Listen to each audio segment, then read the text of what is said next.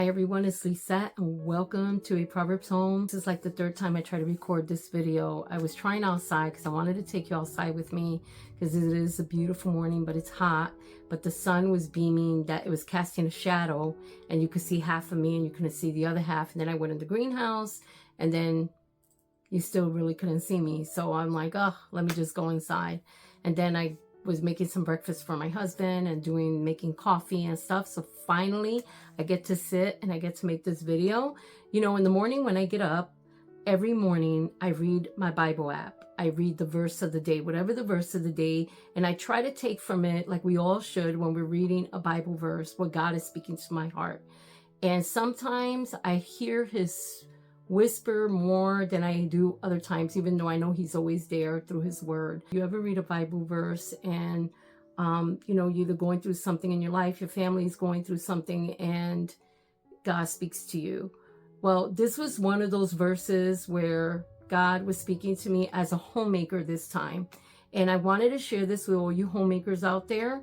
And even for those who are maybe pursuing homemaking or considering it, or even if you're not considering it, I still want to share this verse because I think it's of the most importance that I share it. But before I do that, I got to show you this book. My husband and I were decluttering.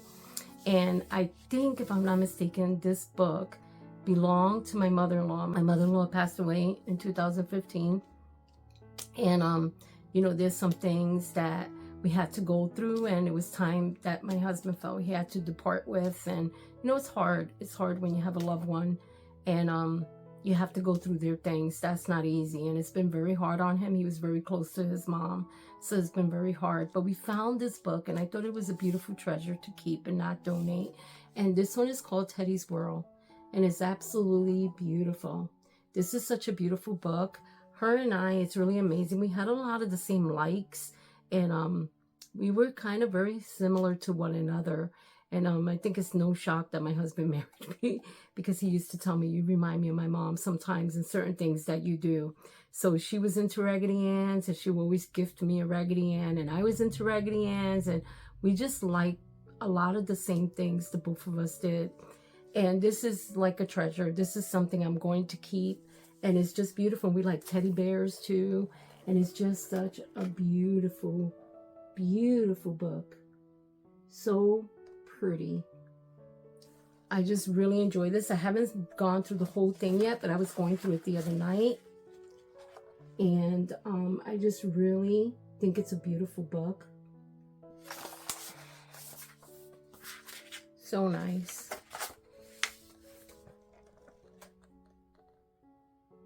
So pretty. These books are like treasures, you know, if you have those books that are from your family or your grandmother or your mom, and you know, they're books that you really want to keep and you want to just enjoy and really enjoy. As a really nice keepsake that reminds me of her.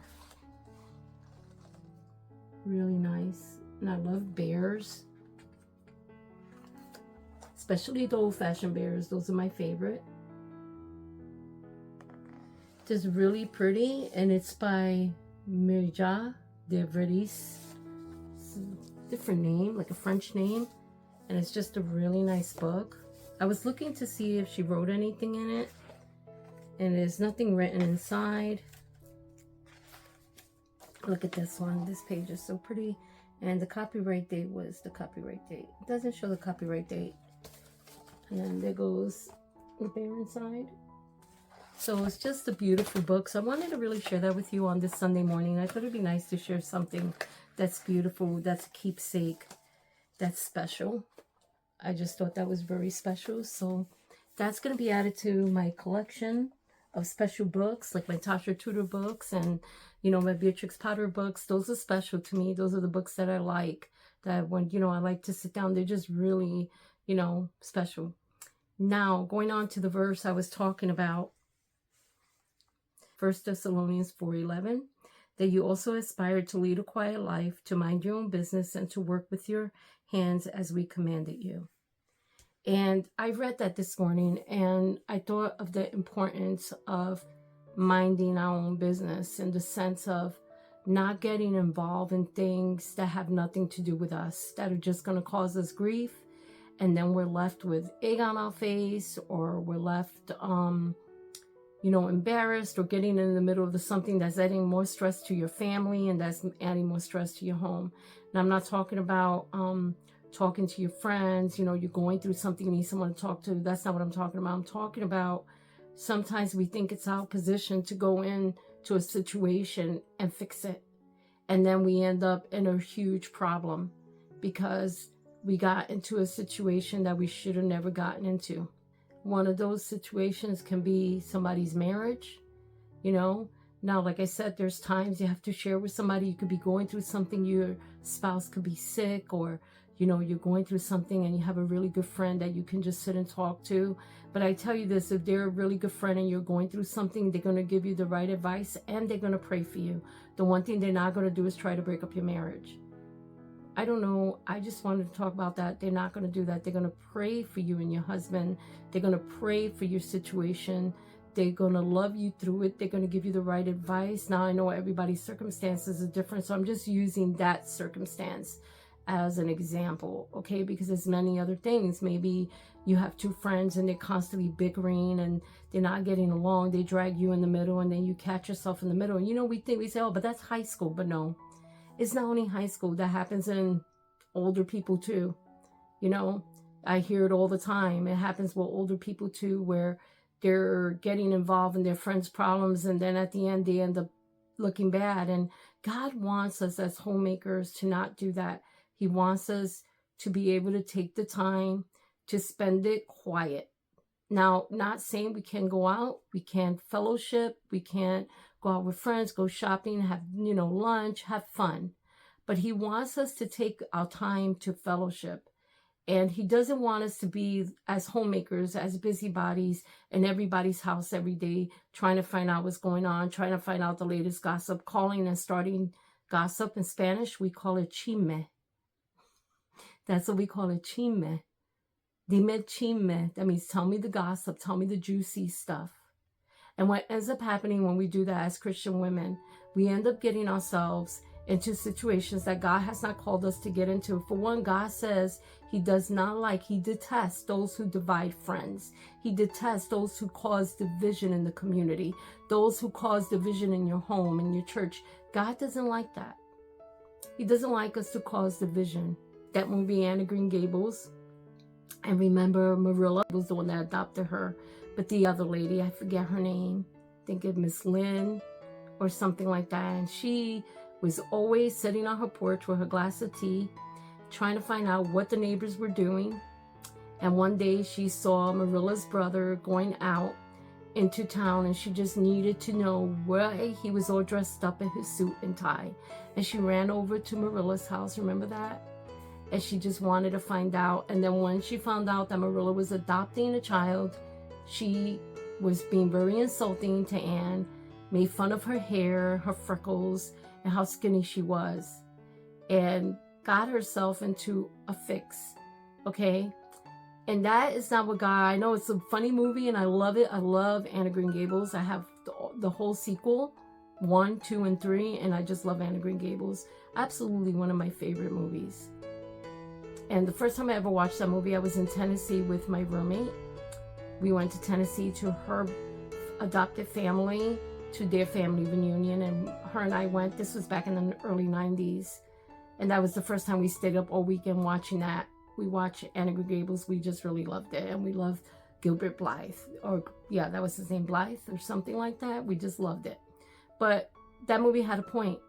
Here was some of the ladies from the church gossiping, talking, being in her business, telling her what to do, and causing problems in the community. Well, God has not called us to be that way. Yeah, it's a movie, but it happens in real life.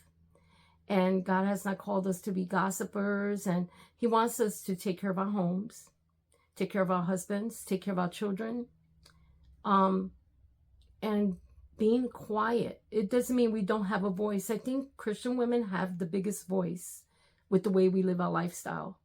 We have the biggest voice to speak out. We have the biggest voice to stand for truth and stand for what is right. We have that voice. But we can also be meek in the way we represent ourselves and quiet and just show the love of God.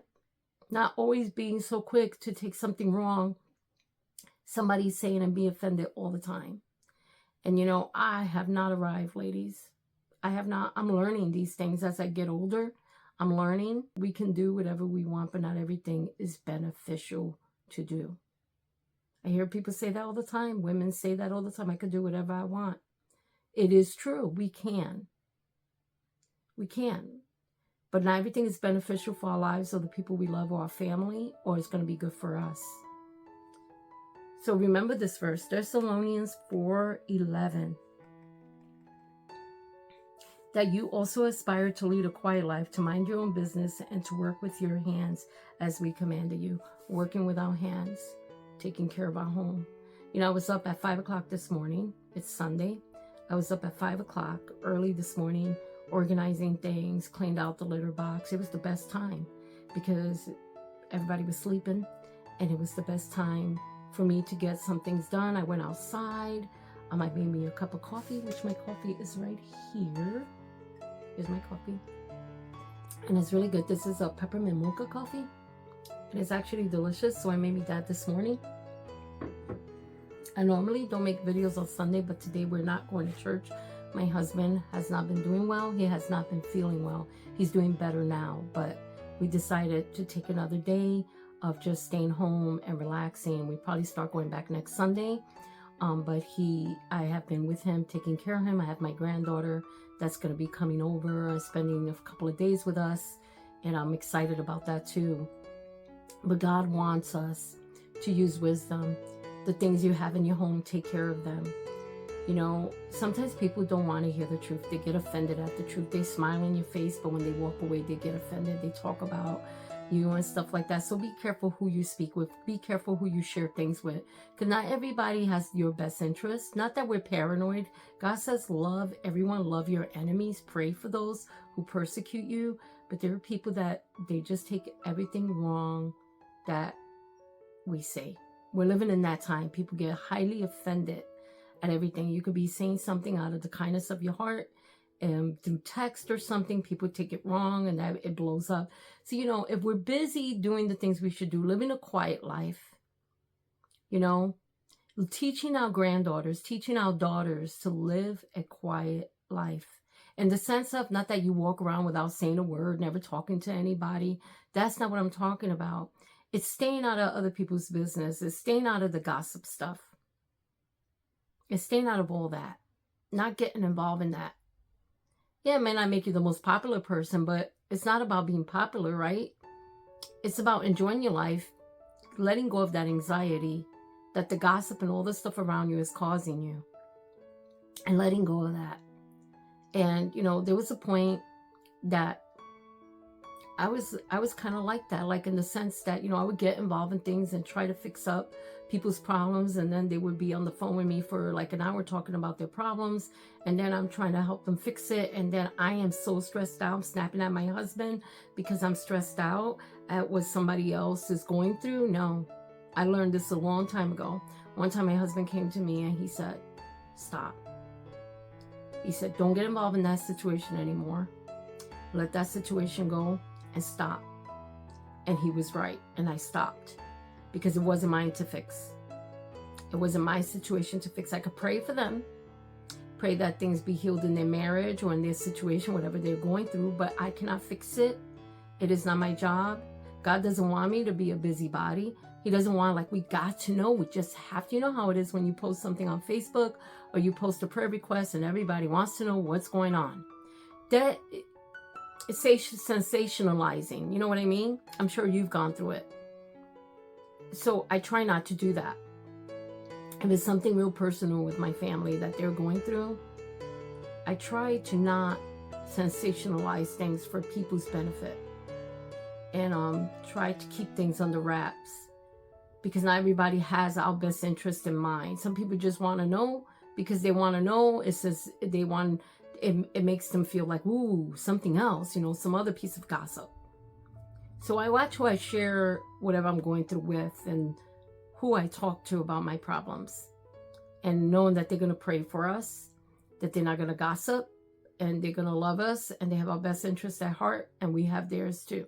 Friends aren't perfect, but if we're busy being busybodies, and we're not busy being homemakers, and our homes are a mess, and the kitchen's dirty, and we're on the phone, and we're playing games, and we don't care, that is not being the homemaker God's called us to be. So that's it for today. And that goes for me first, before it goes for anyone else. I'm just sharing, what God has taught me in my life, how he's helping me to grow, how he's teaching me responsibility. I've always had responsibility, but he's teaching me to be more responsible. How to put my family first, how to make sure they're taken care of, my husband's taken care of. And I'm sure that he wants the same for all of us as homemakers and women that love him. So everybody, enjoy your Sunday. I hope you enjoyed this video. I hope that you have a wonderful Sunday and that you are very, very, very blessed. God bless everyone, and I will talk to you in the next video. Bye.